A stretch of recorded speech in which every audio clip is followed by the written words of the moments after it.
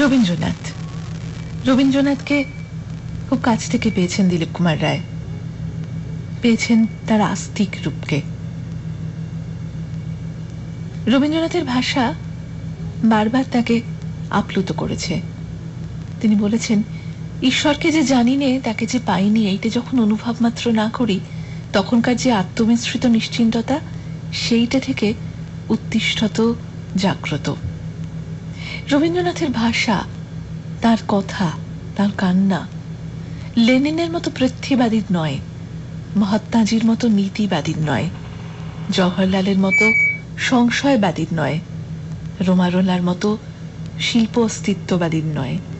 এ বাণী সেই মৃত্যুহীন ভারত পতাকাবাহী রবীন্দ্রনাথের, যিনি ইউরোপের কাছে পৌঁছে দিয়েছেন আত্মার পরম বাণী।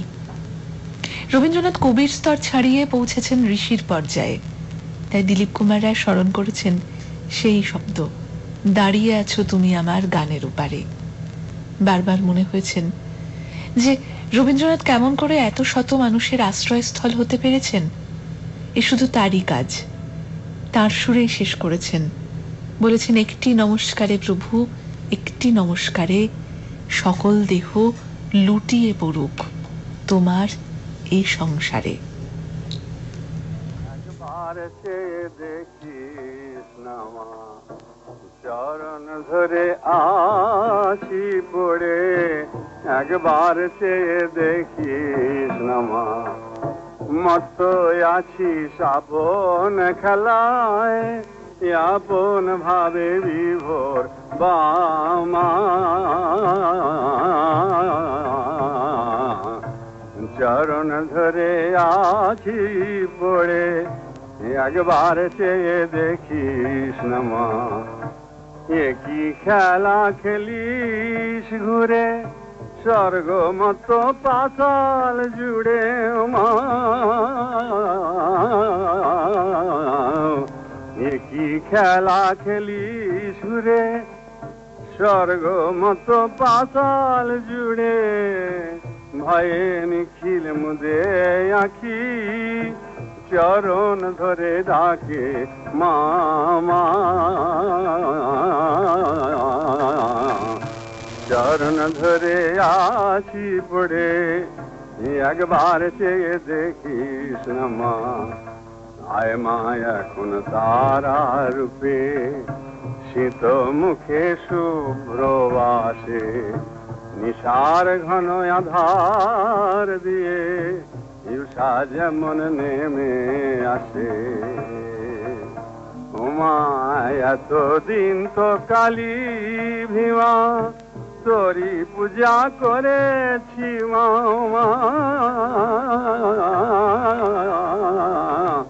এতদিন তো কালী ভীমা তোরি পূজা করেছি মা, পূজায় আমার সঙ্গ হলো এখন মাতরসি নামা, মা চরণ ধরে আছি পড়ে, চরণ ধরে আছি পড়ে মা, চরণ ধরে আছি পড়ে, একবার চেয়ে দেখিস নামা, একবার চেয়ে দেখিস নামা, আর কিছু তো জানি না মা, জানি দুটি চরণ শ্যামা, আর কিছু তো জানি না মা, জানি দুটি চরণ শ্যামা, পূজায় আমার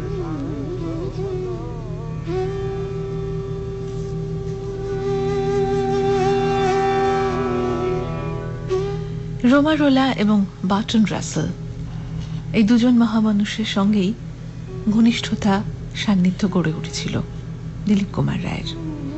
রোমারোলার সঙ্গে তার কথাবার্তা, চিঠিপত্র শুরু হয় 1919 সালে, সবটাই ফরাসি ভাষায়।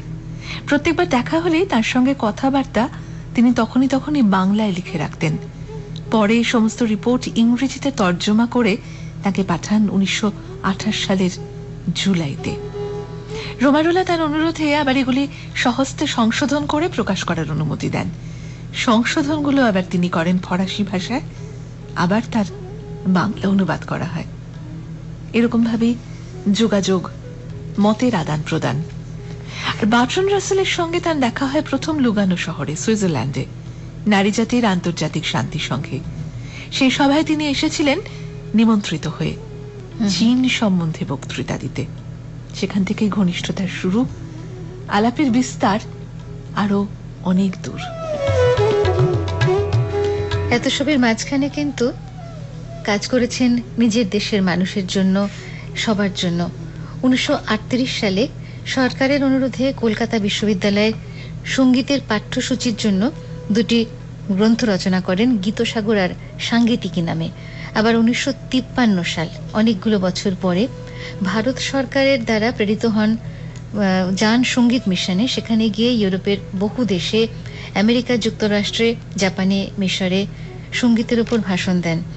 তবে তারপরে যখন আবার দেশে ফিরছেন, তখন কোনো সংস্থার সঙ্গে যুক্ত না হয়ে এক বন্ধু, তার জিভি মেহতা, তার আমন্ত্রণে পুনায় তার বাড়িতে গিয়ে থাকতে শুরু করেন এবং সেই সময়ে তার সঙ্গীত চর্চা সমানে চলতেই থাকে।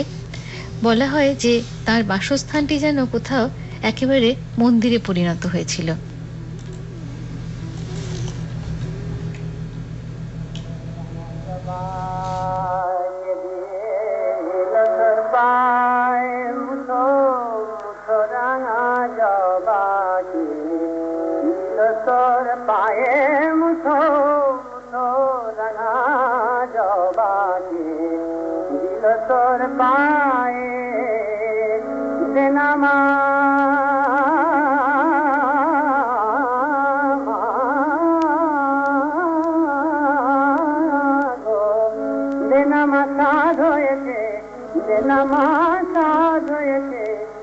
নমস্কার হয়েছে পরিয়েছে নমস্কার দুটো জবাকে দিল তোর পায়ে রঙ জবা ও রঙ জবা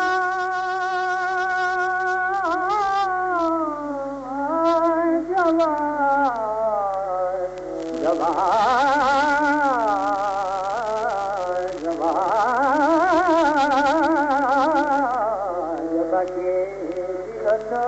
পায়ে মুসো মুসো রঙা জবাকে দিল তোর পায়ে।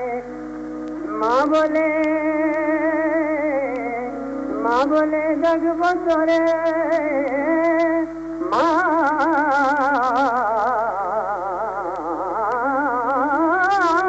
গো, মা বলে দেখব তোরে, হাততালিতে নাচব ঘুরে, দেখে মা হাসবি কত, দেখে মা হাসবি কত, দেখে মা হাসবি কত। আবার বেঁধে মা তুই আবার বেঁধে, মা তুই আবার বেঁধে দিবি দুটো জবা দিল তোর পায়ে মুঠো মুঠো রাঙা জবাকে দিল তোর পায়ে রাঙা জবাকে দিল তোর পায়ে রাঙা জবাকে দিল তোর পায়ে রাঙা জবা জবা জবা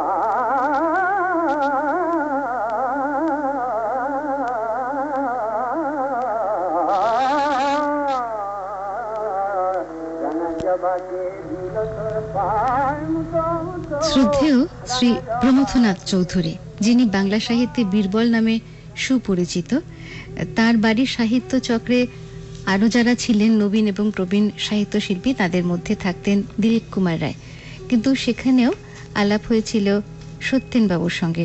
সত্যেনবাবু বলতে বিজ্ঞানী সত্যেন বসু।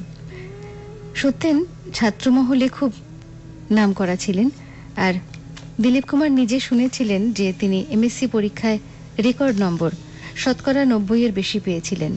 কিন্তু এই সাহিত্য চক্রে আলাপ হওয়ার কারণ কিন্তু ছিল সেই দিলীপ কুমার রায়ের গান। সত্যেন দিলীপ কুমারকে আন্তরিকভাবে ভালোবাসতেন আর তার গান তার খুব প্রিয় ছিল। একদিন দিলীপ কুমার গাইলেন বিনা ঘানা মোরালিয়া বাজে বাজেরি।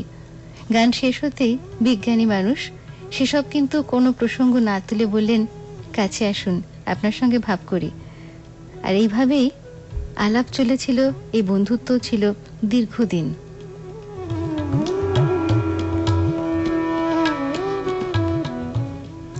পার্থিব স্তরে যেসব কর্মের মূল্য তোমার কাছে আছে সেসব যে ছাড়তেই হবে এমন কোনো কথা নেই, তবে সেই স্তরের সবকিছুতেই আসক্তি থেকে তোমাকে মুক্ত হতে হবে।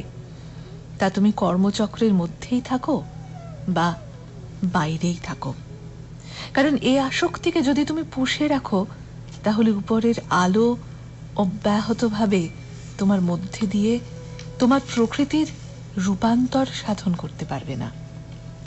বলেছিলেন শ্রী অরবিন্দ, তার গুরু দিলীপ কুমার রায়, যার সান্নিধ্যে পৌঁছন আধ্যাত্মিকতার চরম শিখরে।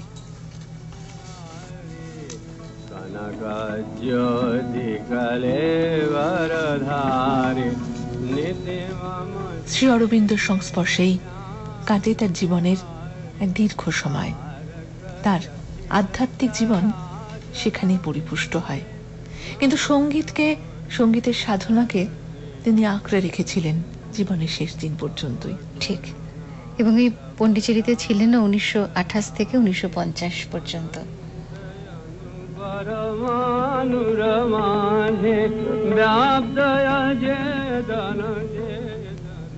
আজ তার জন্মদিবসে তার প্রতি আমাদের শ্রদ্ধার্ঘ। জগত নাহি কভু মিথ্যা মায়া, সর্বঘটে পরমেশ্বর গায়া।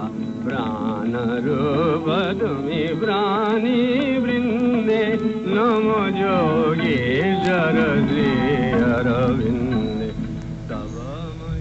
সঙ্গে ছিলাম শ্যামলী আচার্য, ভাস্বতী দত্ত।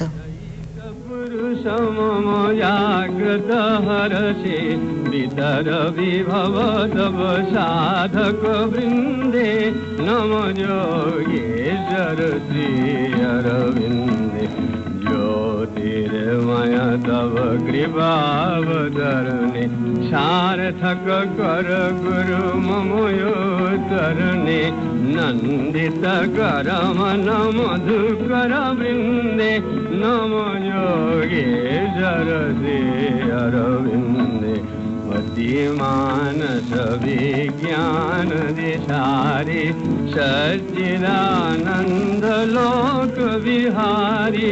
কর করুণা তব মানব বৃন্দে, নম যোগীশ্বর শ্রী অরবিন্দে। উত্থিত অধর্ম ধর্মে গ্লানি, তব শরণাগত সঙ্গীত প্রাণে। উত্থিত অধর্ম ধর্মে গ্লানি, তব শরণাগত সঙ্গীত প্রাণে।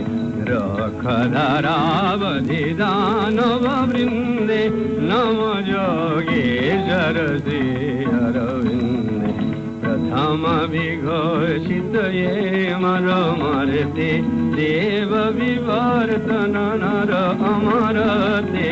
बालक नव युग जातक वृंदे, नम योगीश्वर श्री अरविंदे। जय जय जय जय जय जय हे, जय जय जय जय जय जय हे, जय जय जय जय